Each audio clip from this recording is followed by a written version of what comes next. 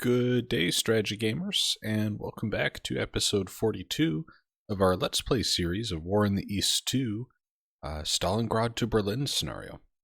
So in this episode, we are actually going to be attempting to cover all of turn 22, and I'll explain a little more as to why in a moment here.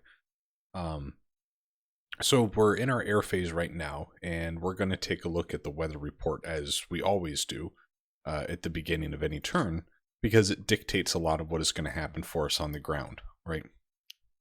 So what we see is that in this particular turn we find ourselves in, the weather in the air is heavy rain for much of the front and then rain in other parts of the front, right? When we look at the ground, we see heavy mud. And when we look at next turn, the forecast is heavy mud. And when we look at the air weather next turn, it's more rain. So, if you don't know a whole lot about the war in the Eastern Front in World War II, a very quick summary would be for you that, well, the winter was notorious. It has all the historical parallels to Napoleon and his train of troops, right, facing the blizzards of the Russian winter and all of these other connotations throughout history of how difficult the winter is in Russia. The winter saved Russia, right? It's just this stereotype we all have. But when you really look at the historical documents, and if you really dig in and do a lot of research on the topic, what you'll find is what was actually maybe more troublesome for the Germans than they had ever anticipated was the mud. So when you look at much of the Russian theater of operations that we're dealing with here today, I don't want to generalize and stereotype and say that all of Russia, all of Eastern Europe is like this all year round. There are certainly exceptions to this, but really it can be summarized in 4 seasons that we're dealing with. You have the summer, then you have the fall, which is a mud season, the winter, which is the famous blizzards we all know, and then you have another spring mud season. And those spring and fall seasons, they may be a little shorter than spring and fall are for other parts of the world, and the winter and summers may be a little extended compared to other parts of the world. But the mud that occurs in the spring and the fall is horrible in the areas that we're dealing with here in this game and on our front lines right now. I cannot stress enough how difficult it is to manage through this mud if you're in a World War II setting using this technology, this equipment, and this infrastructure level that existed at the time. It is horrible. So mud is going to be the reason that we're going to have one turn in one episode. At least I'm going to try to. I think we can achieve it. But before we get carried away into the implications of mud on our ground forces, let's actually wrap up our air phase. And what I've done is, because of the heavy rain we have in much of our theater of operations, I've gone to our air directives and I've changed for air superiority, recon, and ground support for the minimum weather conditions to be fair. Okay, so what this means is, even though we have the AI assist on, we're not going to be running any sorties unless the weather condition is at minimum fair or better. And we have weather forecasts that say rain, heavy rain, blizzard, cold, right? Like what the heck is cold, right? That's not clouds, it's not no clouds, right? Blizzards can be cold. But all of those translated into a generalization, and the actual weather may vary a little bit by day for those air groups. So for example, it might be raining in, say, the Crimea right now, and that's what it says the current weather is, okay? On Wednesday, maybe there is a bit of a break in the storm, and it's partly cloudy. And maybe you find yourself in one of those situations where it's like one of those spring or summer rains where you look up and you see the sunshine and you can see some blue sky, but then it starts raining for 5 minutes, right? That quick little shower. Well, in those types of conditions, you can still fly World War II military aircraft and do bombing runs and do reconnaissance and all of these different things. But if it's overcast completely and raining throughout the entire day, those are the conditions you don't want to be running a lot of air operations in. So fair would be that description I gave you of, oh, there's a bit of a summer rain that occurred, right? It's not this continuous downpour. So fair, good, poor weather, those all translate roughly to what the actual conditions are like for that day, for that air group, for that hex, etc. But the weather system just models those different types of air conditions. Clear, rain, heavy rain, cold, snowfall, and blizzard. But then when we look at what our minimum weather settings are, we have them bucketed into poor, fair, good, exceptional, and all, I think, are all of them listed.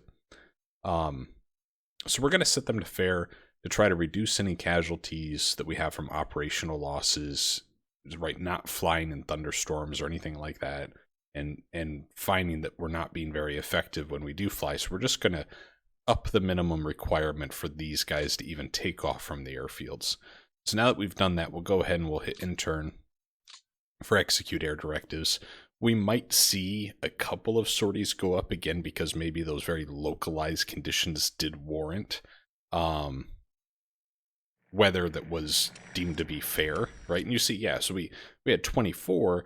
Historically, we had, what was it, like 150 or 200 for day 2 recon. So it's significantly reduced and probably represents where maybe the weather was just borderline rain, right?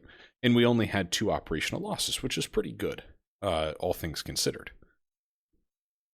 So now we're going to get into the ground phase here, and I'm going to come back to my lecturing about mud and how awful it is.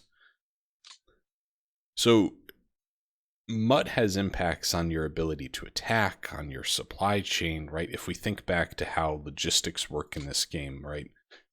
This rifle division is sending their trucks, and looks like they have about 50 vehicles, right? So just imagine 50 trucks are traveling from this hex to this hex to this hex to get to the depot that I'm assuming is there. Let's just double check. Yep, there's a depot.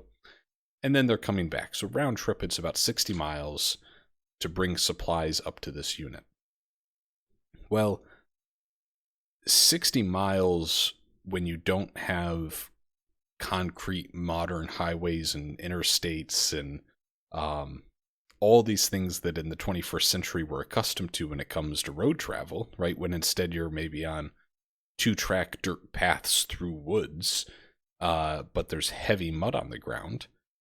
That suddenly becomes quite the endeavor, and you see that this is reflected now in some of our units where we have 67% ammo supply, 74% ammo supply.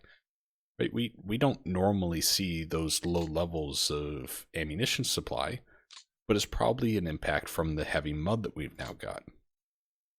And this mud was so horrible historically for both sides to contend with, but mostly the Germans because they were a little, I don't want to say completely surprised by it, but they didn't factor it enough into their planning, I'll put it that way.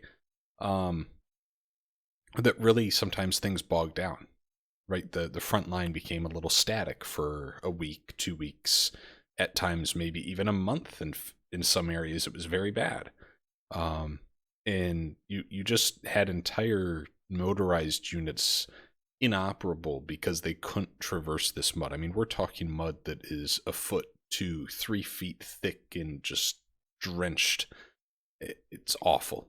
But can I say anything more about how awful mud is in the Eastern Front? I don't want to stress this too much, but that really is the whole story here.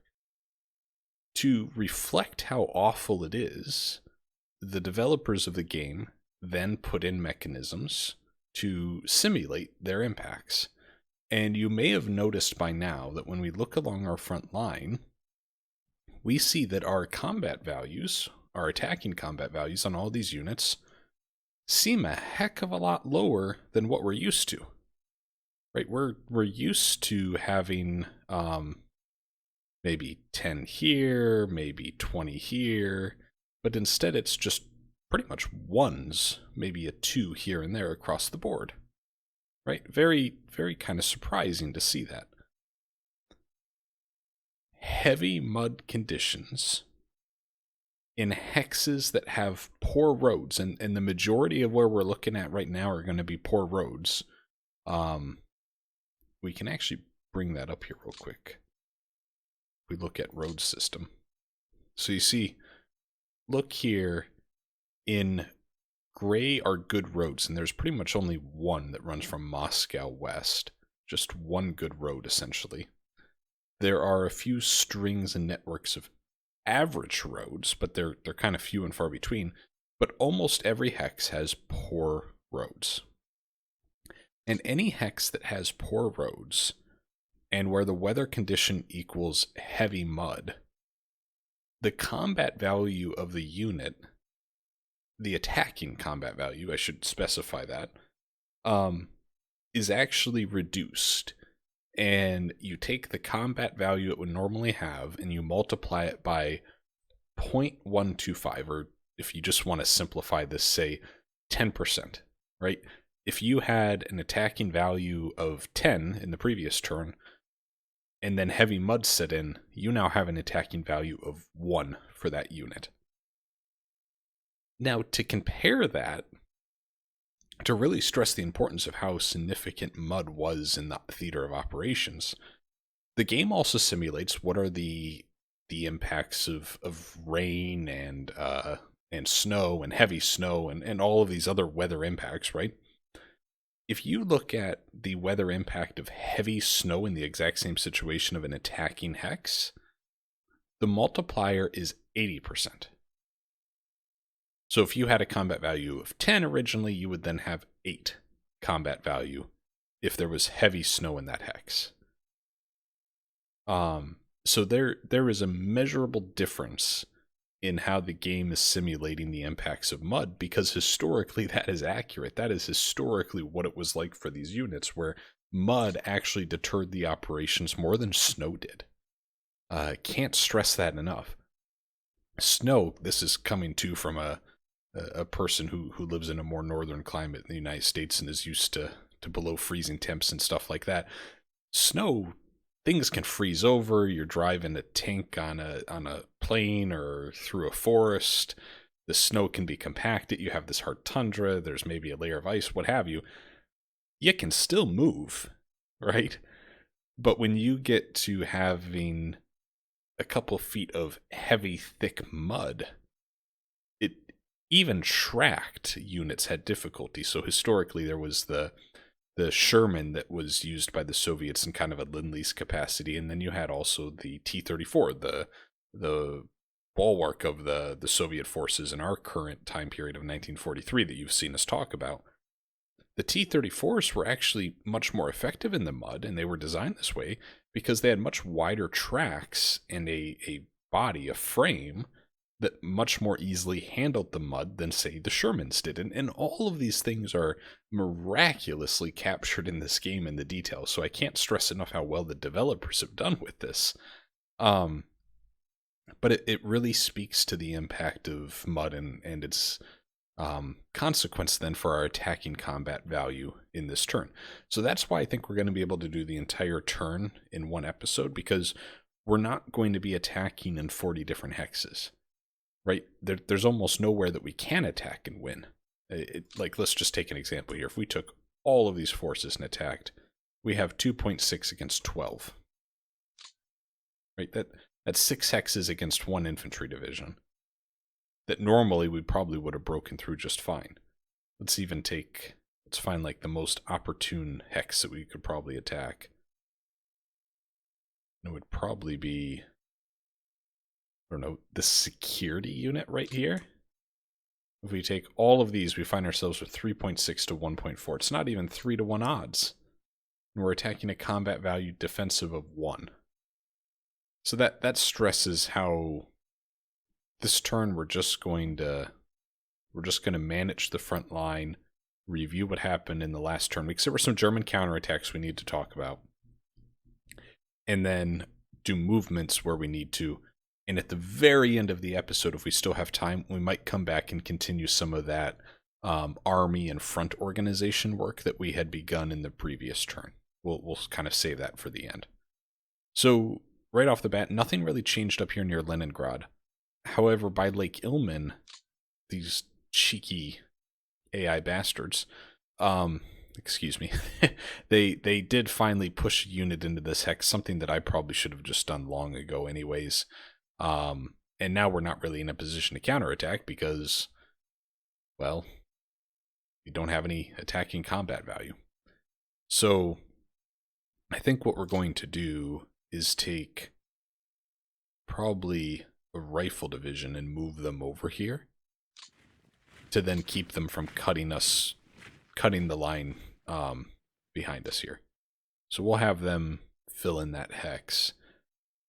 And I think this might actually work to our advantage in the end, because I'm hopeful that what this means is that unit they brought down here now is one less unit they could have had fortifying this line. So when conditions resume to normal, I'm hoping it makes it easier for us to break out of this pocket. But just as a preventive defensive measure, we're going to put this here. In other circumstances, I might be worried about their counterattack potential to this hex, but you see we have defensive value of 88, and certainly with this heavy mud, they don't stand a chance. Even if there wasn't heavy mud, I'm not sure they'd have the forces to break through 88 combat values, so we should be okay there. Stack of HQ units. Had a rifle division here we can probably move up. Like, I'm wondering if we take this turn to move up into this hex. I don't think they're going to be able to attack, so this might be one of the best turns to do that. So we're going to move these units here. And I might actually take the 182nd and move them up to this hex to reinforce. So there's that. Okay. Now let's actually take a look, because they did counterattack.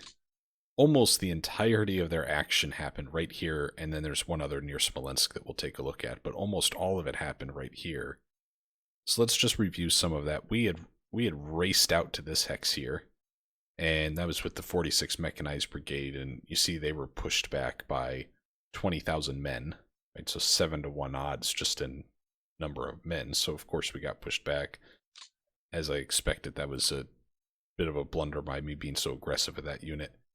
Here they actually attacked 3 times. The first with an infantry division we managed to hold easily enough. It was kind of 1-to-1 odds in terms of men and personnel. The second attack they used the 4th Panzer. We actually outnumbered them, and I'm very happy to see that we knocked out 16 of those Panzer units. Let's take a quick look there. So mostly Panzer IIIs. So that's not so great that we only had effect against the Panzer IIIs, but regardless. And then we get to the third attack where they combine the infantry division and the 4th Panzer, and they did manage to break through, and our 2 units retreated. So this is now the second battle in the same turn in which the Mechanized Brigade had to retreat. So take note of that, and we'll check in to see how they're doing here. But we did not... I wish we would have hurt that Panzer division a little more than we did here. So that was that hex. Then they continued on up here, and you see the 46 Mechanized Brigade again had to retreat because they had fallen back to this hex. They had attacked with the 10th Infantry Division.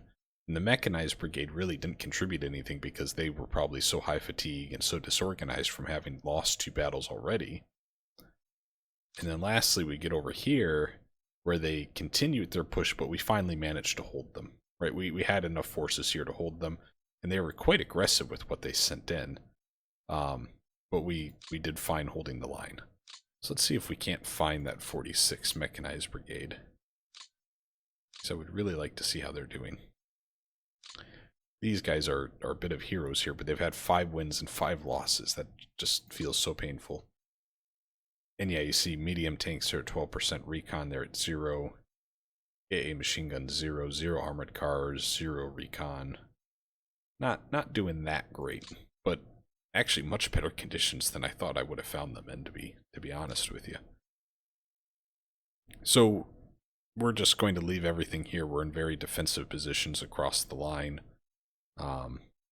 Nothing to do there. Looking over here, we had on train a couple of HQs that we had been moving up. So we're going to take them off the train. And this is now the Volkov front. We're just going to move them up here. We have this air army, which is on a train, so we'll just continue their movement down to the Volkov front, I think. And then we'll take them off the train. Up here, we also had this HQ unit that we were moving down. Now we can get it onto a rail line.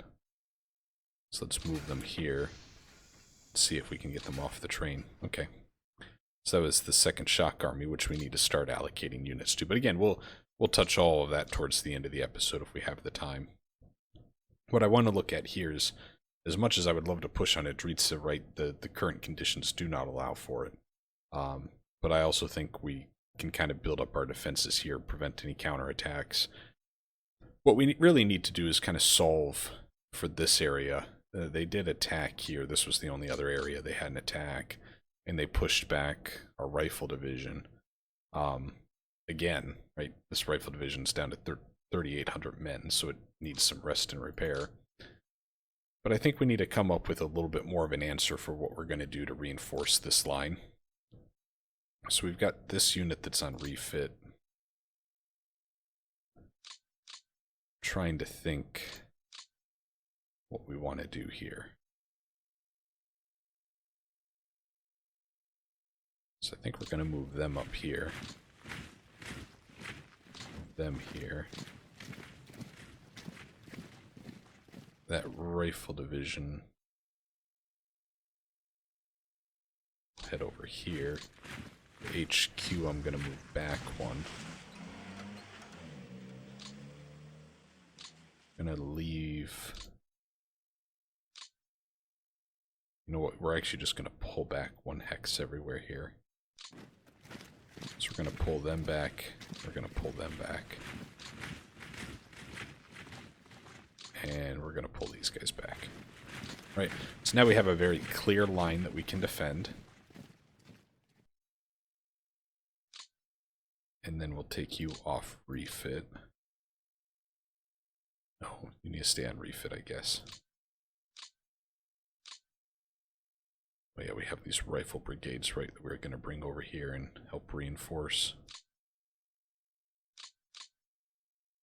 So they can start heading over there to do that.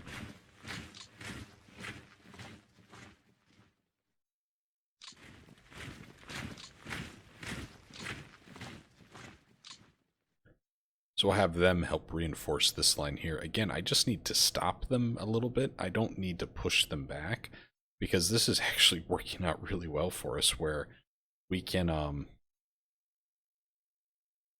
kind of swing in, I think, west of Smolensk here and put some serious pressure on these guys. I'm a little surprised they're being so aggressive here with this push. The only thing that I want to be cautious of is that as we approach the summer months, they don't sneak up a bunch of mechanized or motorized units and have an actual breakthrough, cutting off these rail lines and all of this other nonsense. That's one thing I do want to be cautious of, is that they don't actually, in a summer offensive, choose this. Like, if they devote the same resources that historically the Germans devoted to Kursk here, right, that would be a bit of a disaster then of them breaking through to Rzhev or something if they're successful, and it'd be exactly the decisive type of battle that historically the German high command hoped Kursk would have been. But I think we just need to hold them a little longer to give these guys, our boys in Smolensk, more of a chance to push further west here.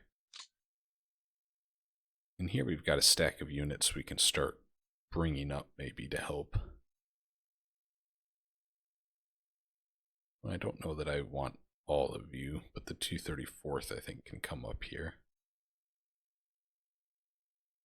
So we'll bring them there.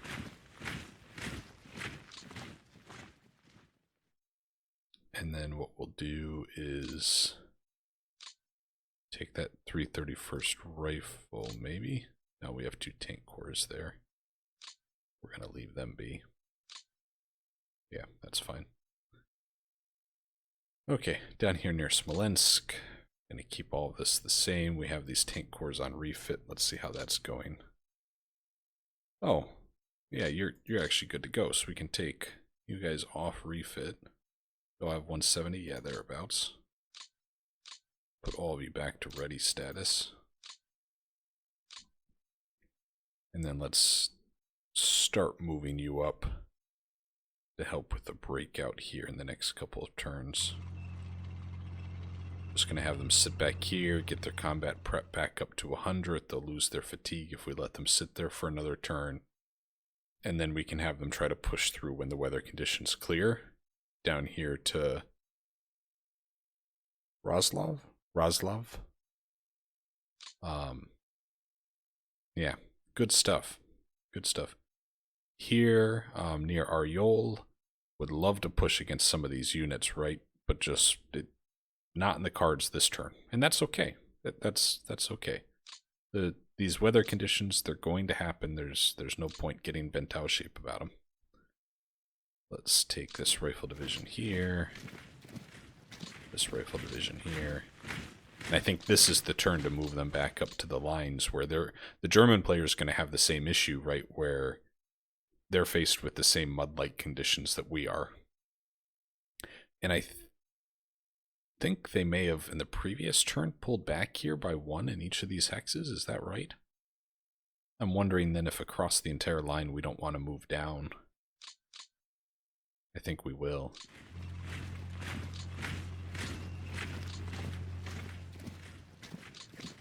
Let's move all of these guys down.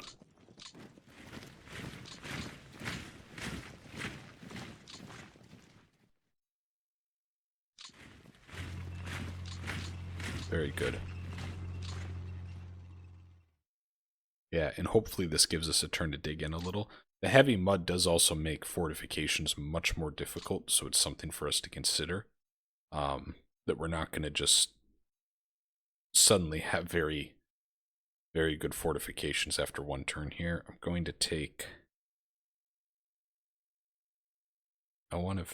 let me see. Thinking about having the cavalry corps move up here to help defend this unit. And I also think it might be easier to break through here against this panzer division in future turns. Actually, I hovered over that, and now I'm tempted. 3.6... No, we don't have enough. We don't have enough. Stop it. Stop it. You don't have enough. Back here, I think we might want to take these HQ units and move them up. There is an advantage, though, that they're on the depot. And most of these units are being supplied from that depot. I just now have these two that are out of range.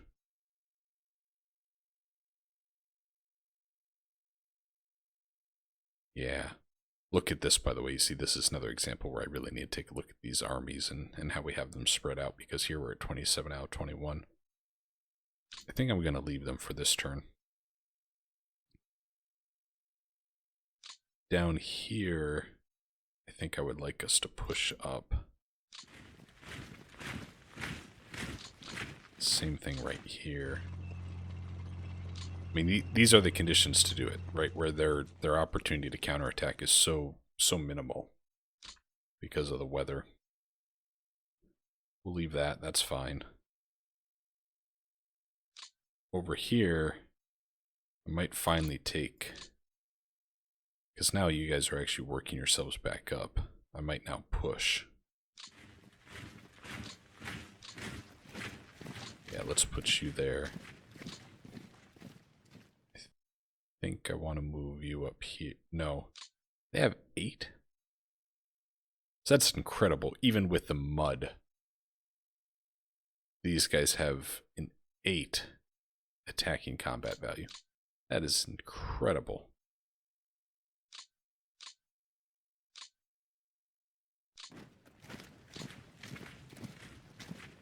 Wow.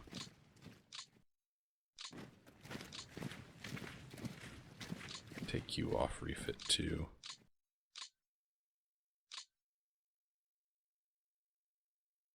Oh. Yeah, I actually don't know that I wanted you to move up because you are still hurting. Shoot. Let's see if this rifle division can get up there and help.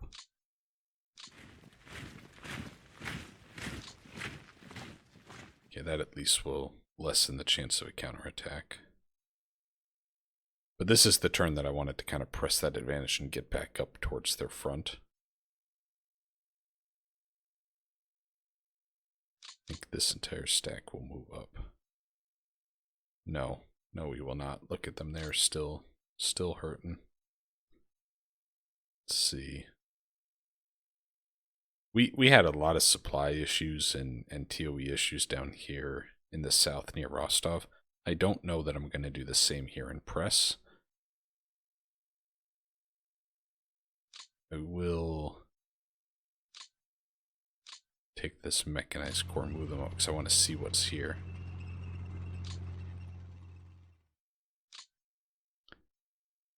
Yeah, heck, let's move these guys up. There we go. I think we'll do the same here. Yeah, some of you can move up.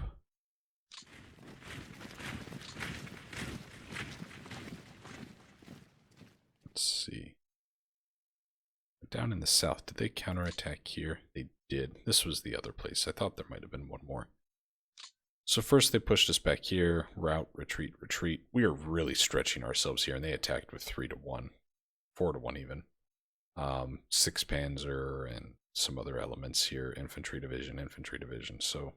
And a Romanian infantry division. So it was not an even fight. And then they attacked here again, retreating us. So that happened. Let's see now how we recover from it. I think we'll take this entire stack and just move them here.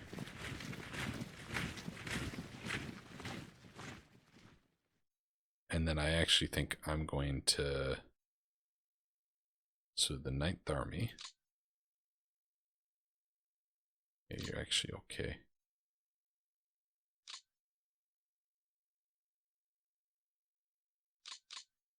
Going to build you guys up to a core. And then bring in this rifle brigade. Okay. Right here.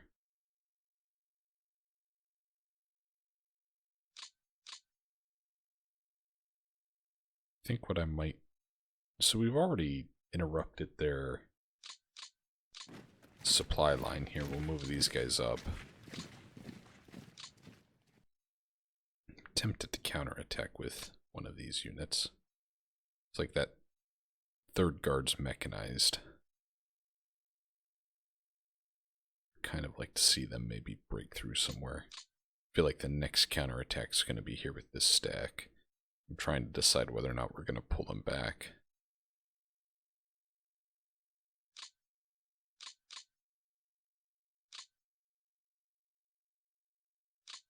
I think we might leave them.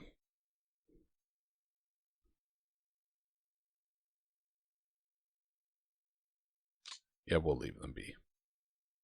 Okay. So that takes care of the Stalino front.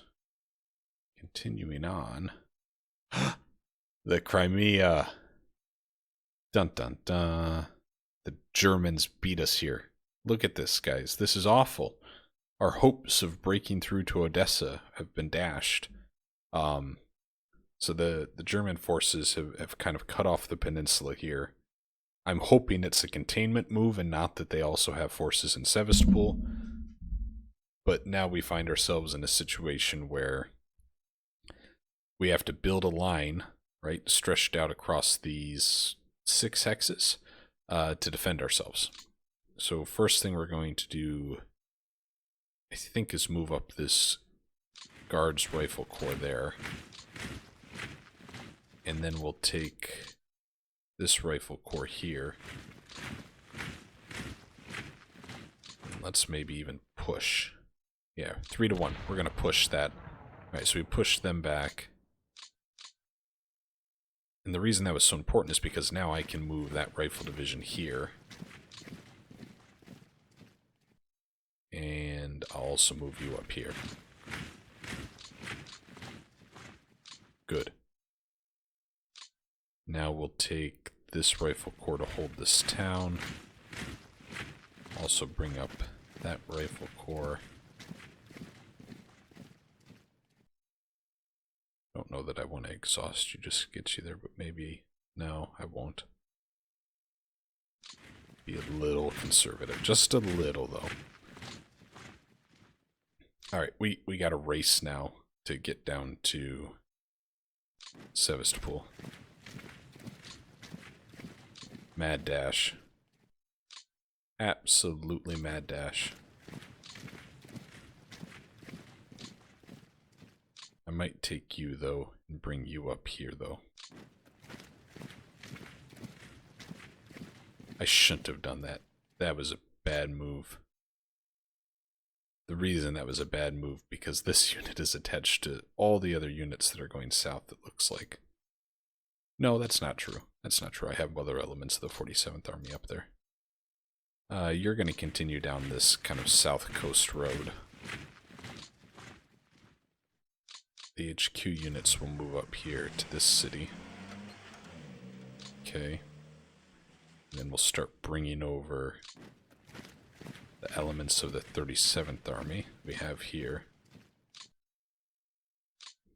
The mud is just making this so difficult for some of these units. Okay. So by next turn, we might be able to get to Sevastopol. Might be 2 turns until we get there. But next turn, we'll probably find out if they have any units defending the city. If it's empty, then I'm still feeling pretty good about this, because I think what I'm seeing here... So there's an infantry division. Luftwaffe Field Division, Luftwaffe Field Division. Don't know what those would be. But it's not like we have panzer elements, motorized elements, anything like that. This is looking like it's probably security forces, Luftwaffe divisions, and maybe an infantry division. So I'm encouraged by that. Yeah. So I certainly think we'll outnumber them. I think we'll be able to reestablish, kind of as we had originally hoped, right? Have one army kind of maintain this line of control, this defensive perimeter.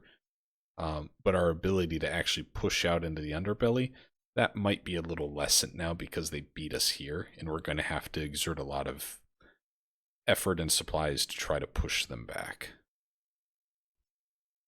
What's really nice, though, is I'm pretty sure we've cut off any hope they had of these guys getting down to Sevastopol for some type of defense, or for them to sneak further units past, because it's going to be tough to go across this terrain in the mud without any rail lines, etc., etc., etc. So I'm hoping that we've already cut off any type of reinforcement they may have tried to bring down. I'd even think of the rail line, right? Before we got to this hex, they could have used a rail line transport this turn all the way down to Sevastopol. Now they can't. So I'm optimistic in that sense. Let's see, are there other units of that 37th Army we're still bringing down? I don't think so. Okay, so let's get now on to rail repair. So let's take a look here again at the situation. And I was running you down through Krasnodar to get over to Crimea, if I remember correctly. So we're going to continue doing that.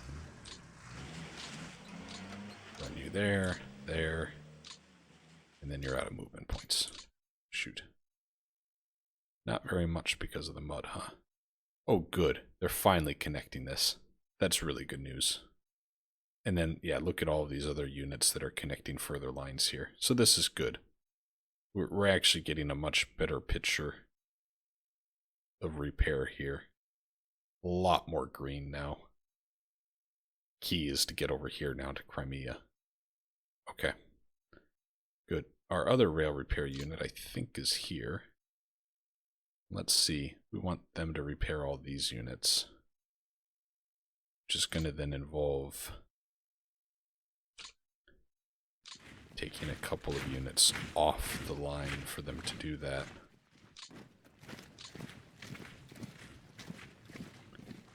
We could probably be more strategic about which we're doing, but I'm not going to at this point. Feels like more units should be there defending that hex. We're going to move a few up. Okay, back to the rail repair unit. Go here, repair that.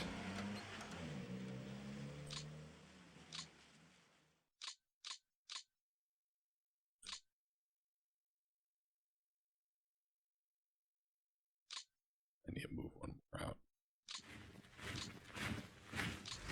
There we go, repair that. Repair that. Okay. So now we've got all of those repaired. And then we'll continue up this line here. We were also moving you. Yes, you. We were moving over here towards, I believe it was the Adritsa pocket. Because we have a lot of rail down here that's not yet repaired. That was the intent. So let's get you there. Take you off the rail.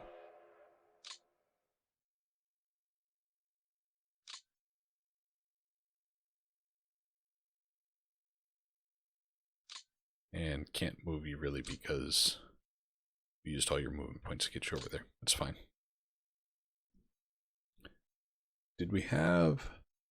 I'm trying to remember if I had another rail repair unit. So Control 9 highlights them for me. Hopefully my blind eyes can spot them. There's one. Had one down by the Caucasus regions. Brought this one over here to the Adritsa pocket. I think that was the bulk of them. Yeah, I think so. Alright. Good. We also did not move the 5th Guards Tank Army, so we should do that. So let's move up that HQ unit there. Take these guys, move them up.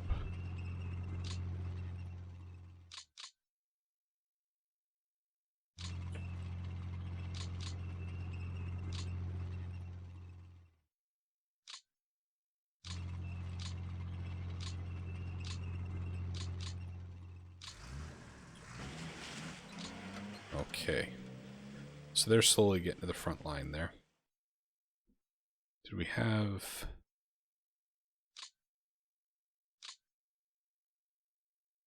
Let's see on time. Yeah, we have time here to look at some of this in terms of the various armies and their support. So let's do a bit of a review. So the Kalinin front has 115 out of 150. Fantastic. Absolutely love seeing that. Here are the HQs assigned to them. Let's take a look at each.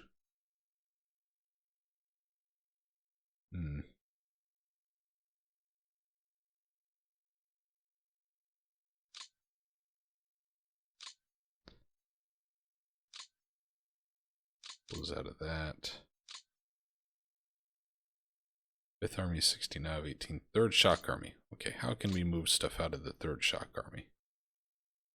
Because you have too much. Or more so, where can we, in the 3rd Shock Army, create rifle corps? That's the question we should actually be asking. 3rd Shock Army, 2 rifle divisions here. Let's take this tank. Yeah, let's take that tank corps off. We already have a rifle corps there.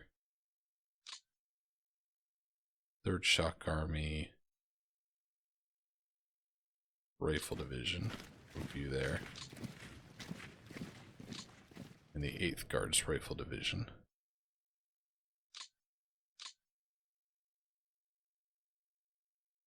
Let's take you off.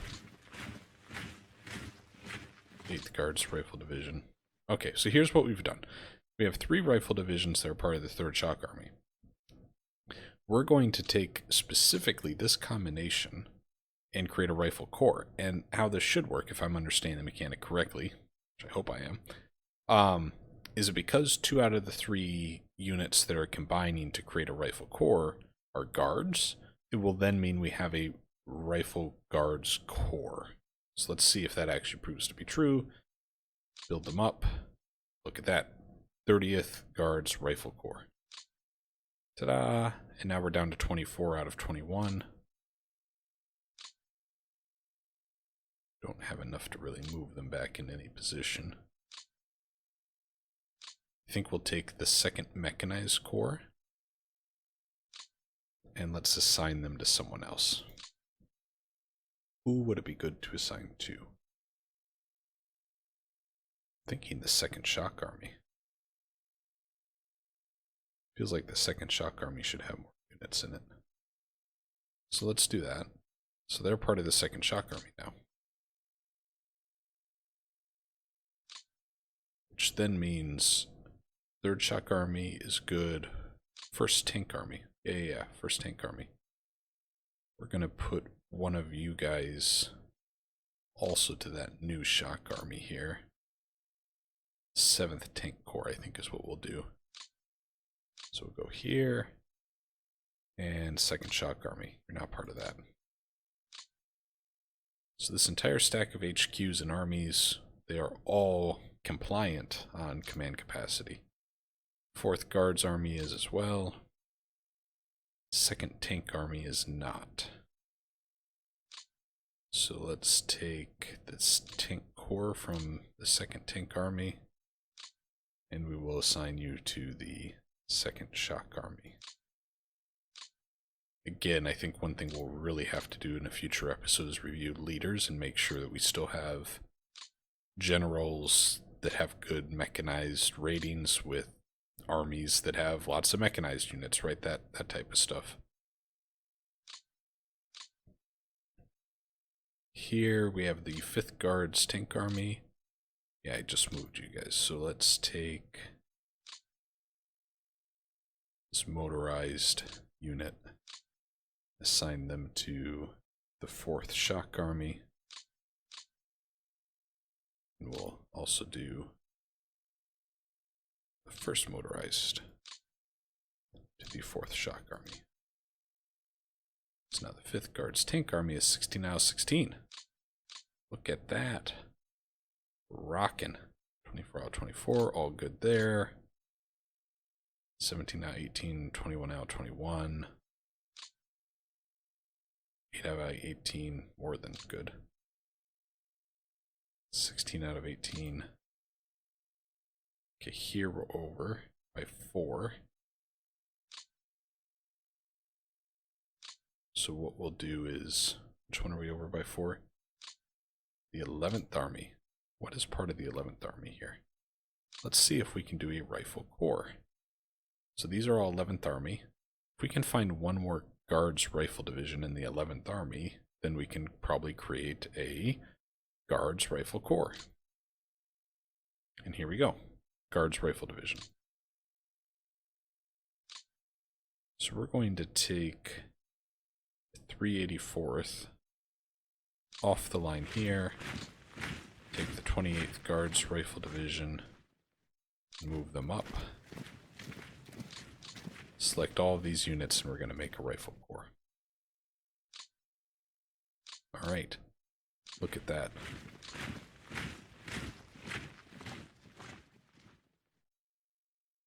Now we're not going to be able to do another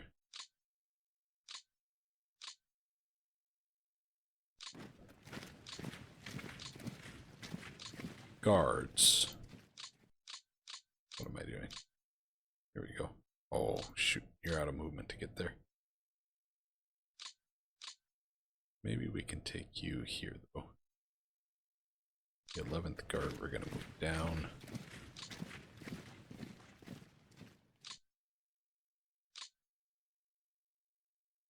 Let's take you off the line for a moment. Can I do this? Can I build up just the 2 and get a guards? I cannot. Very well. Okay, so we're going to build these guys up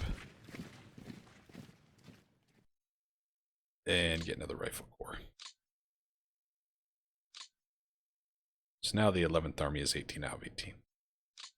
So that is just so impactful, guys, being able to reduce the command capacity like that. But also now, right, so we've got 30,000 men here that represent it in one chip. Over here we have another 30,000. So that means we can have 90,000 men in one hex, whereas previously that would have taken 10 chips, which is 3 hexes. And now we can also have much more freedom when we look here at what we attach to the unit, because we can have more than one support unit attached to a rifle corps. Let's do just a little bit more maintenance looking across here. The Northwestern Front's actually at a perfect 90 out of 90. Really like seeing that. 52nd Army looks good. 59th Army's good. 54th good. Yeah, I think all these are going to be good. Yep, all good. So pretty much everything from Leningrad down to Idritsa we know is good, which really is just so reassuring. Now,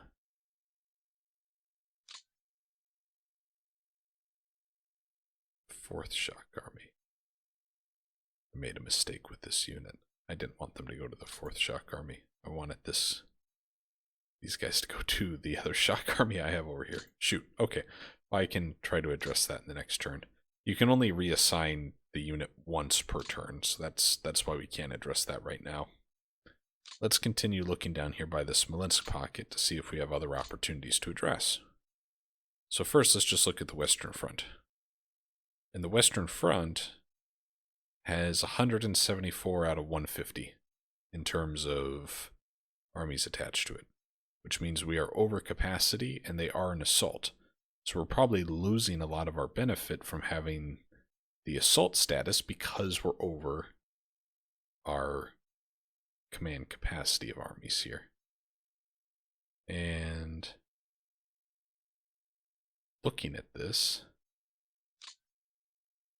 it feels like really most of these HQs are in great status. We just kind of have one too many almost. So let's see. You have 10. Wondering if we take like the 3rd Tank Army and the 16th Army. And if we join them with Bryansk Front, how's the Bryansk Front looking? Oh, the Bryansk Front's actually over. Okay. So then our next option would be to say something like the 20th Army. Would probably make the most sense. We're going to have you go to the Kalinin Front, maybe?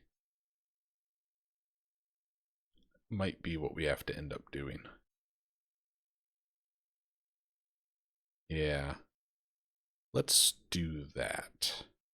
And you're a little bit over capacity as well. So I'm going to just move you up here for now. Right, we're going to start with that step. And then I'm going to assign you to the Kalinin Front. Okay, so now the Kalinin Front. Is the Kalinin Front still okay? It is. 149 out of 50. Great. It's great news. Can't click there for some reason. There we go. But now, when we look at the Western Front, 144 out of 150. Okay, so they could take 6 more, by the way. That was something I was kind of looking at there.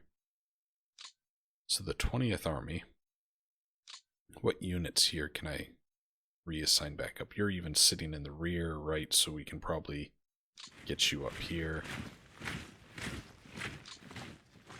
And then I'm wondering, so we have a couple of cavalry corps actually. You might be really useful up here. Move you there. We have this rifle division, this guards rifle division.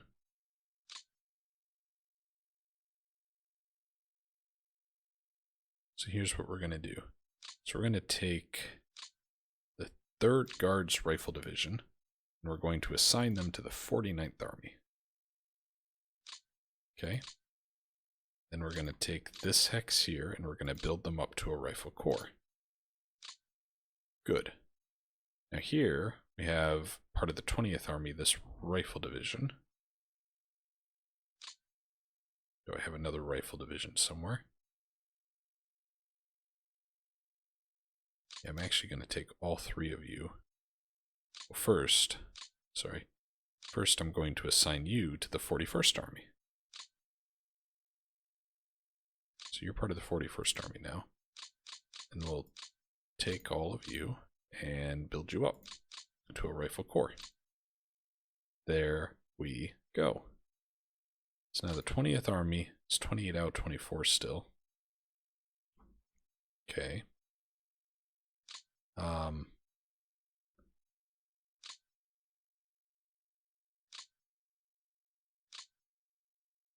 We take this Guards Rifle Division.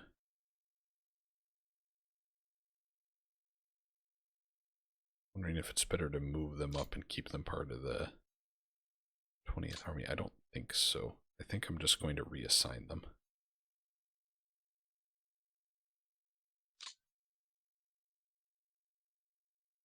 Do I have any other Guards Rifle Divisions over here? I don't think we do. Well, here we go. The 50th Army has one. How is the 50th Army on capacity? 12 out of 24. Great. We just found you a new home. You're part of the 50th Army now. 50th Army. Ta-da! And what I want to do is have you join up with those units, create a rifle corps.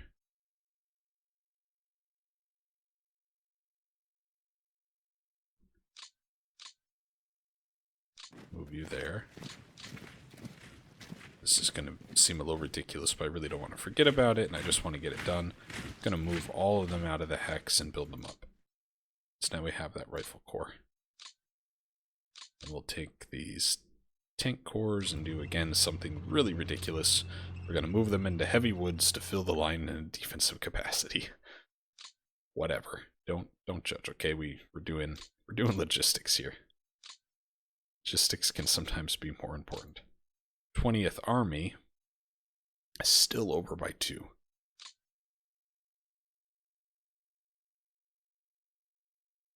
So let's maybe reassign this 251st Rifle Guards to the 41st Army if they have capacity. They do. But I don't know. I'm going to put them in the 22nd Army. Yeah, I like that a little better. So now they are 24 out of 24. We look at the Clinton front.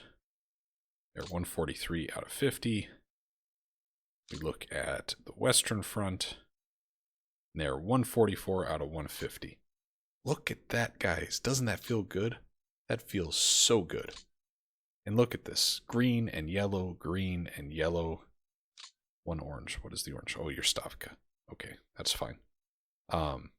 We'll have them reassigned to the Clinton front and such over here later. Okay. Actually, well,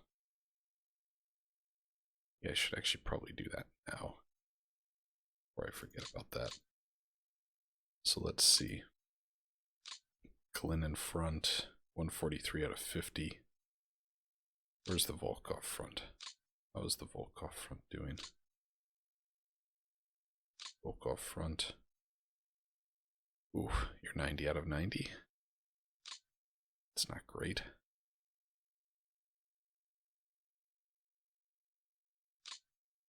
So Kalinin can take how many? They have 7 command capacity. So let's toss all of these to the 43rd Army right now. 43rd Army.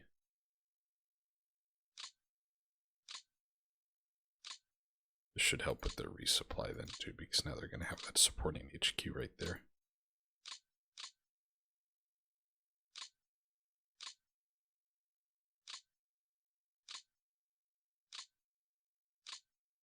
Okay. Tell me the Clinton front is still okay. 148 out of 150. Ooh, that feels good. Excellent. Excellent stuff. So the western, pretty much everything now that is west of Aryol, we have kind of, in a sense, optimized.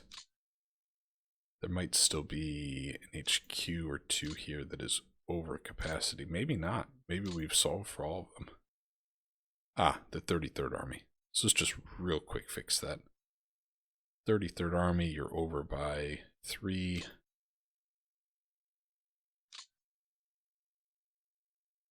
So let's do this. Let's take this rifle division.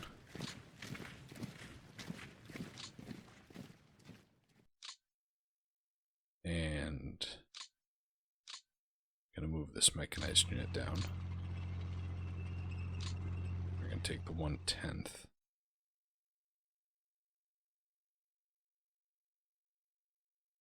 Over here.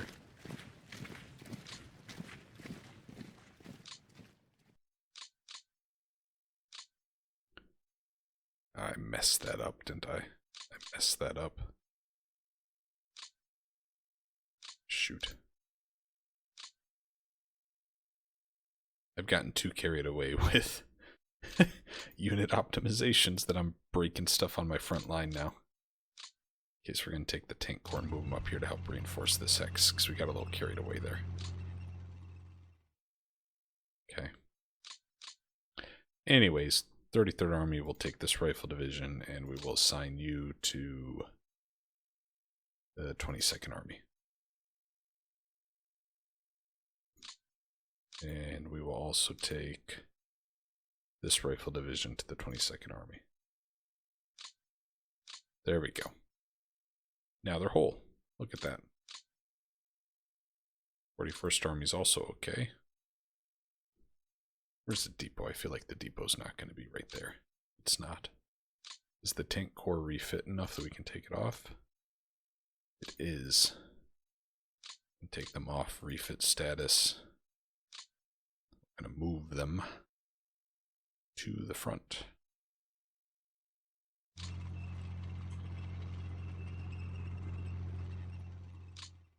Then we'll take the 2 HQs here, because that's where a lot of the supply is coming from. Okay, we're going to close out this turn. So we've done, in one episode, the entire ground movement phase. Because of the heavy mud, there wasn't much we could do other than reposition things. And then we've also done more optimization on half of our front line. What we'll try to do in the following episode, maybe not the following episode, maybe 2 episodes from now, is do everything from Aryol down to Rostov. But I'm already feeling much better having gone through and done this up here. So let's do the depot assist. And then we'll end the turn and wrap everything up. Skip past these resupplies. Okay, now we get to the Germans' logistics phase. I am I am fully expecting, but even more than expecting, I am really hoping that the Germans do not find some type of way to have massive counterattacks in all of this mud. Again, all my understandings of the mechanics tell me that in this turn they're going to have the same weather conditions as I had, which means they're going to have the same 10% multiplier to their combat value.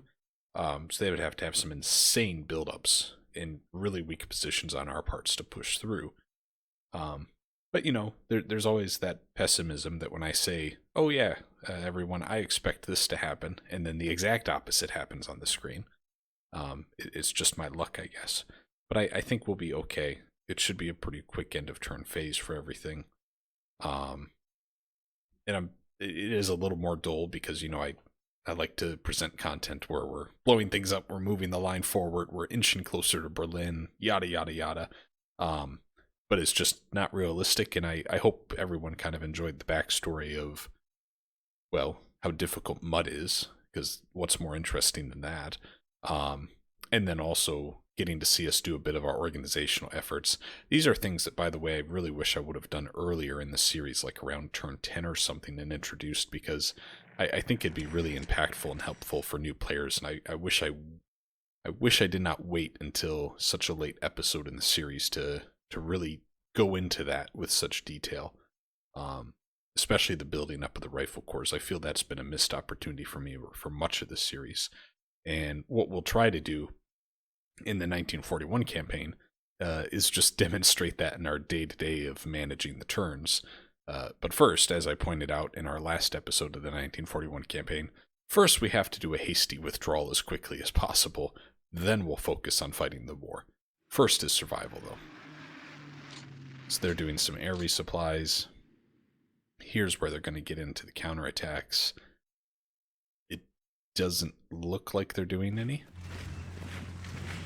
Reaction attacks. Oh, come on. Okay, so they had one down here. Shoot. That's actually a semi-important one because that was the hex that we were blocking off the rail line. So it is disappointing actually that we did lose that. Okay. But maybe we'll just have to push south to Maripol or something in the next turn or two. They've redone their lines here and they actually look pretty, well, I don't want to say they're pretty well dug in because there's some pretty weak units here, but until the weather clears, we're not going to be able to push through. And looks like that was it. So there was the one combat action from the Germans, and we only had one combat action, and that was down in the Crimea. Because I got a little antsy that they beat us to the punch at getting to the mouth of the peninsula. Alright, then we get to our phase. So we'll do the logistics, we'll do the end of turn summary, and then call everything to a close.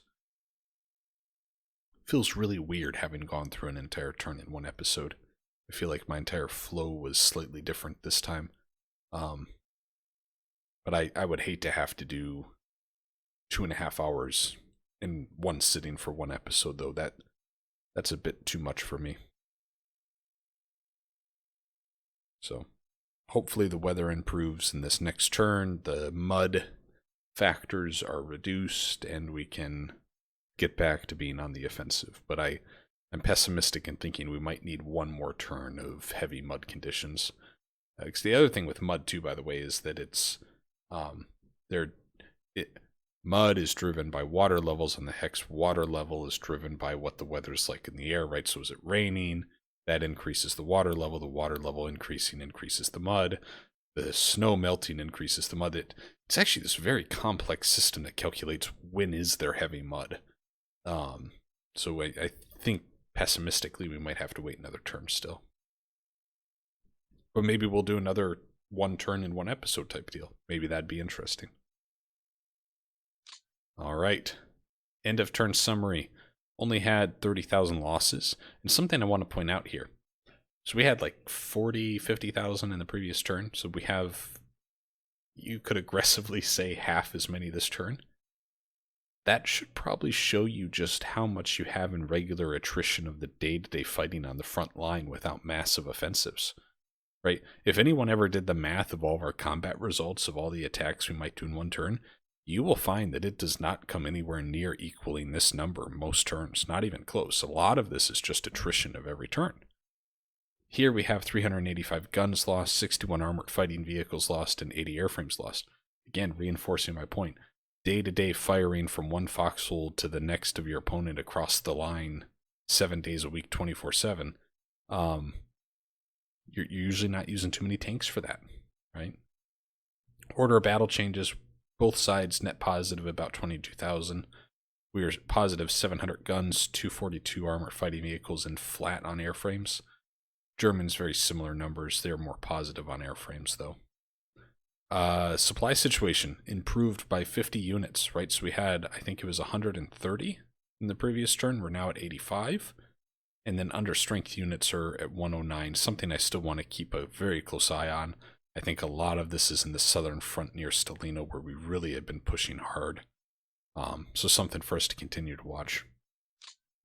New events. So it looks like RAF raids in 1943. I think this is similar to the Mighty 8th Air Force raids. This is just kind of the impact of the Germans' manpower. Here's the Mighty 8th event we've seen, and the usual Soviet partisans that have happened behind the lines.